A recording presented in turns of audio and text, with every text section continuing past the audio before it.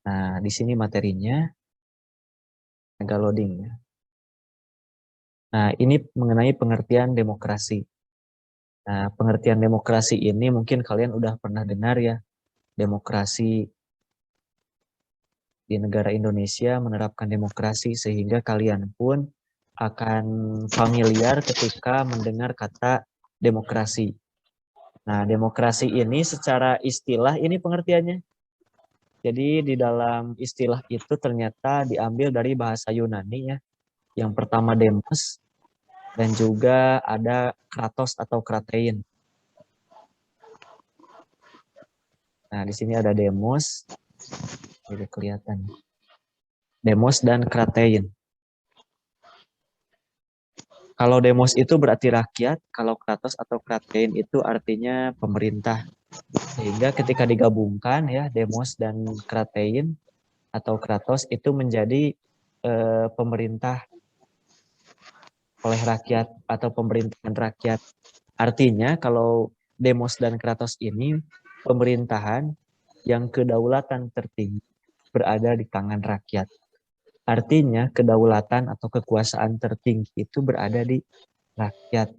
Meskipun pemerintah yang menjalankan pemerintahan, tetapi tetap kekuasaan tertinggi itu berada di tangan rakyat. Ini merupakan pengertian dari demokrasi. Karena pada hakikatnya menurut pengertian ini, rakyat itu adalah orang yang berkehendak naik atau turunnya sebuah pemerintahan. Pemerintahan bisa naik kalau ada rakyat. Tidak mungkin pemerintahan berjalan kalau tanpa dipilih oleh rakyat. Sehingga pemerintahan rakyat ini berarti pemerintahan yang kedaulatan tertinggi di tangan rakyat. Ini yang pertama. Nah, yang kedua, ada sebuah pepatah atau pengertian yang muncul dari Abraham Lincoln. Ini tokohnya, fotonya ini juga fotonya. Bahwa yang dinamakan dengan demokrasi itu ada tiga istilah. Pertama, pemerintahan dari rakyat, pemerintahan oleh rakyat, dan untuk rakyat. Biasanya kita mengenal demokrasi itu ya semacam ini, pemerintahan dari rakyat, oleh rakyat, dan untuk rakyat. Nah, dari oleh untuk itu sebetulnya sama saja dengan pengertian yang tadi. Artinya, demokrasi pemerintahan dari rakyat berarti dia berasal dari rakyat. Seorang pemimpin itu terlahir dari rakyat. Presiden Jokowi sebelum jadi presiden, dia rakyat. Pak Ridwan Kamil sebelum jadi gubernur, dia juga rakyat. Pak Ade Sugianto sebelum dia jadi bupati, asalnya adalah rakyat. Kemudian ada kata oleh rakyat. Nah, Pak Ade Sugianto dipilih oleh rakyat sehingga dia menjadi bupati. Pak Ridwan Kamil dipilih juga oleh rakyat sehingga dia menjadi seorang gubernur. Dan terakhir Pak Jokowi, dia tadinya rakyat, dipilih oleh rakyat sehingga dia menjadi seorang presiden.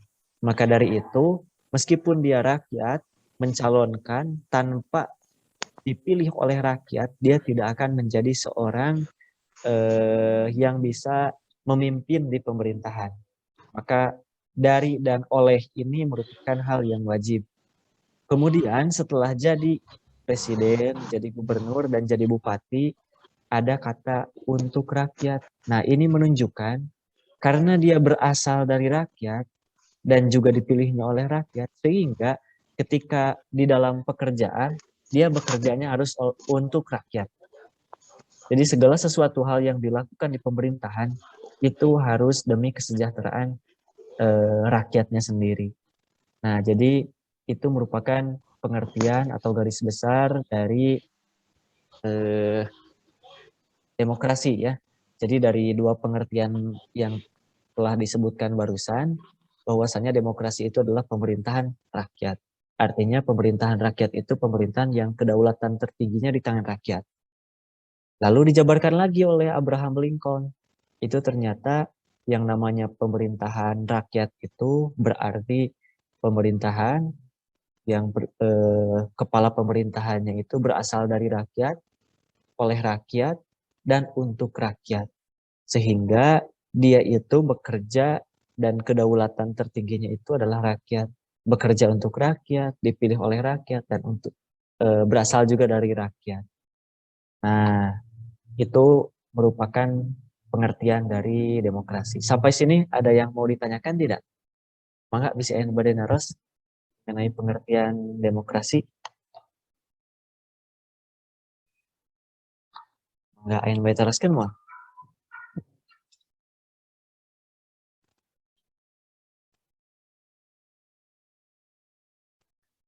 Nah, ayah mah kenapa di heula, di tampung heula perkara sana.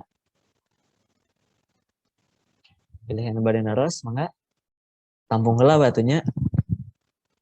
Kita sonten bapak teh ka kuping tuh.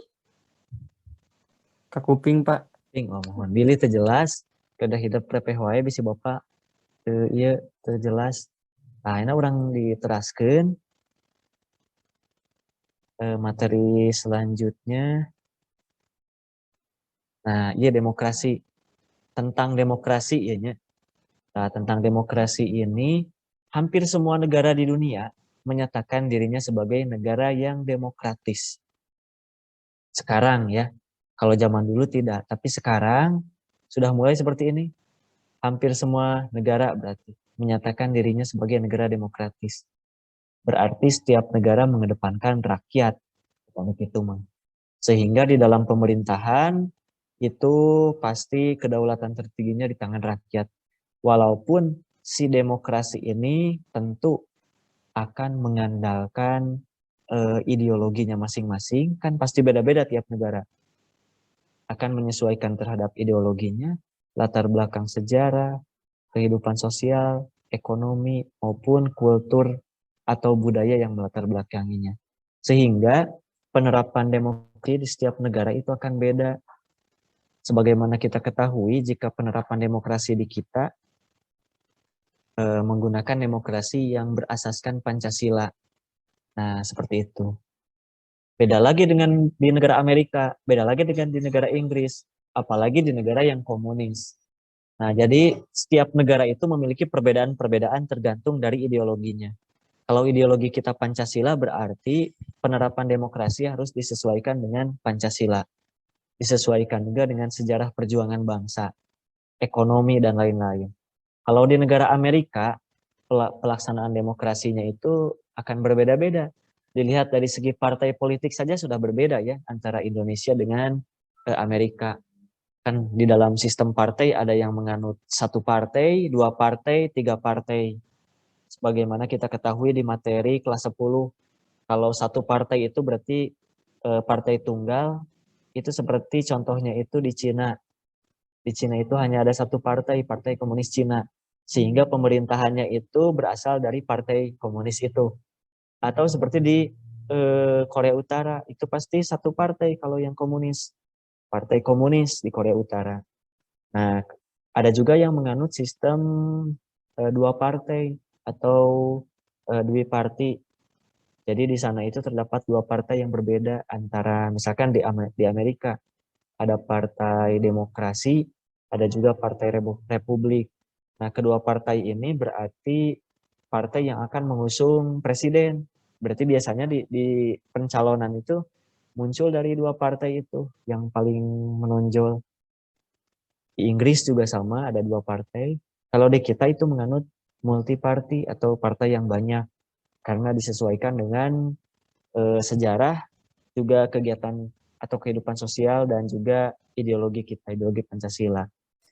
Jadi kita dibebaskan untuk membuat partai dengan ketentuan-ketentuan yang diatur dengan undang-undang. Bebas tapi ada peraturannya. Sehingga partai di kita itu banyak. Jadi ketika banyak, maka harus ada peraturan-peraturan mengenai calon presiden. Nah, jadi di urang makan memungkinkan pemilihan presiden itu bisa bukan hanya 2 calon, tapi bisa memungkinkan sampai 5 calon. Kanggo nyalonkan jadi jadi presiden. Tapi di negara lain beda.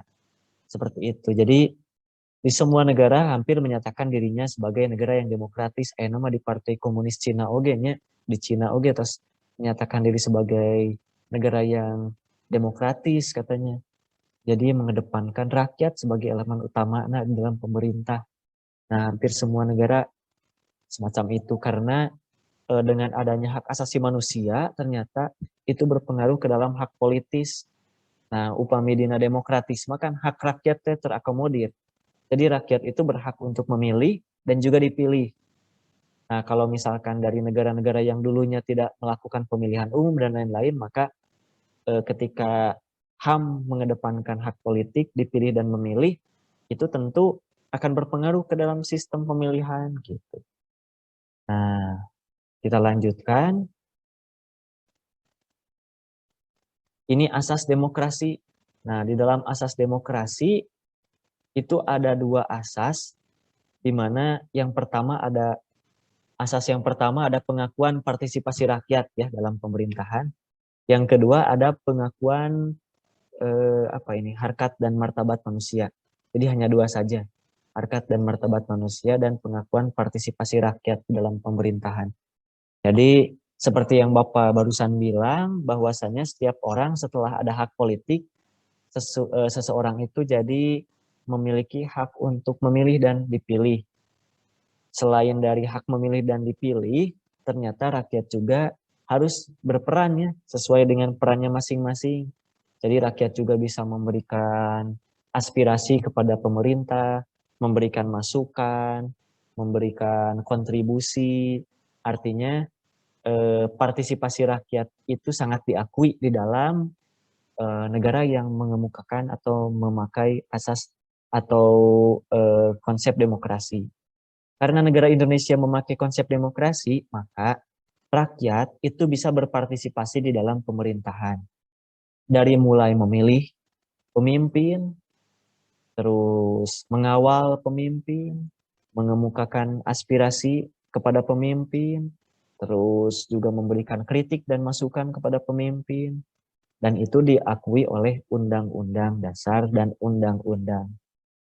Dan juga rakyat bisa mencalonkan diri kalau yang layak, yang mencalonkan diri sebagai pemimpin di pemerintahan. Itu merupakan bentuk partisipasi rakyat tertingginya. Upami jadi presiden berarti partisipasi politik rakyat paling tinggi. Kalau yang paling rendah itu orang yang memiliki hak pilih tetapi tidak memilih. Jadi tidak memilih ya, tidak menggunakan hak suara. Golput itu berpartisipasi juga golput. Tapi pilihannya tidak diakui. Misalkan golput milih 2 calon atau milih nanti di luar kotak yang telah disediakan. Itu juga golput. Yang kedua, pengakuan harkat dan martabat manusia. Nah, ini merupakan jaminan hukum ya terhadap pelaksanaan hak asasi manusia. Bahwa di dalam demokrasi ini harkat dan martabat manusia itu diakui. Jadi tidak memandang orang itu latar belakang ekonominya bagaimana, latar belakang sosialnya bagaimana, bahwa setiap orang itu memiliki harkat dan derajat yang sama. Pokoknya nama warga negara Indonesia, nah mau siapapun itu pasti akan memiliki hak politik, jadi tidak pandang bulu. Nah itu yang dimaksud dengan pengakuan harkat dan martabat manusia.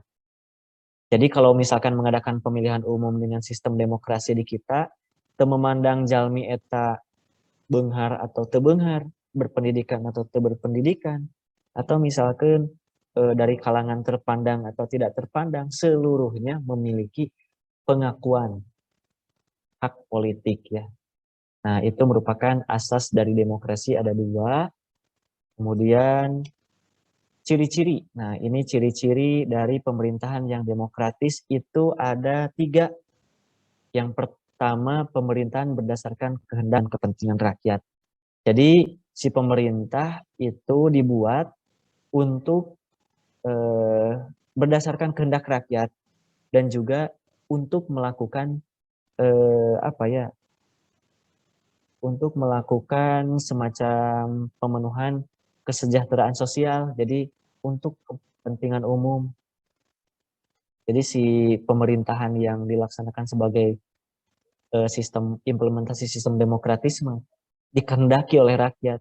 Jadi timbul nanti rakyat. si pemimpinnya teh kumaha kahoyong rakyat.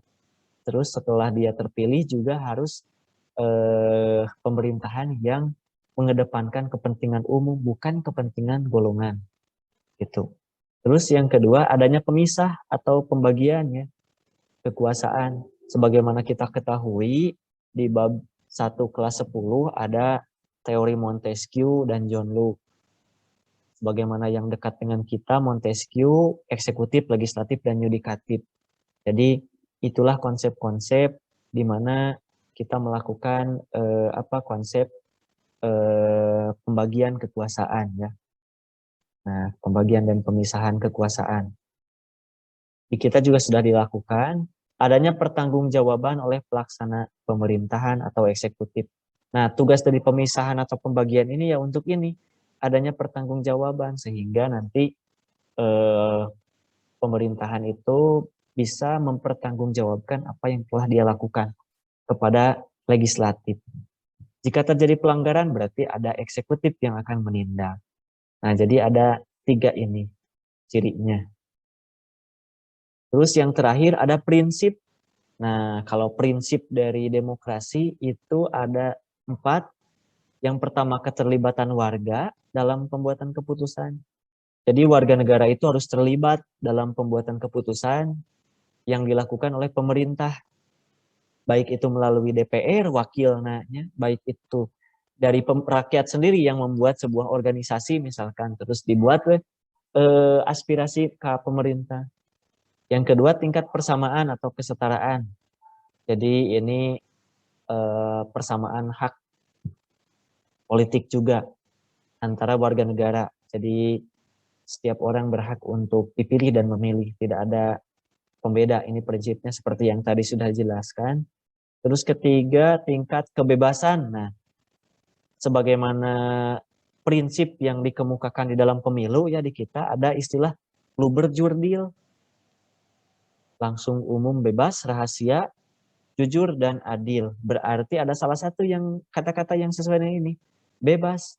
Terus atau kemerdekaan nih ini.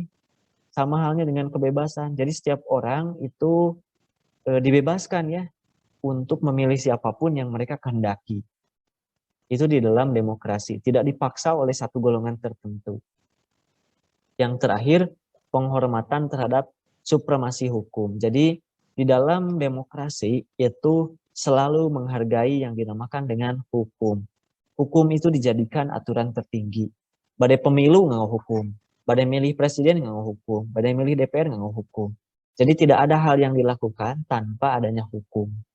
Jadi hukum dijadikan hal yang tertinggi di dalam pelaksanaan.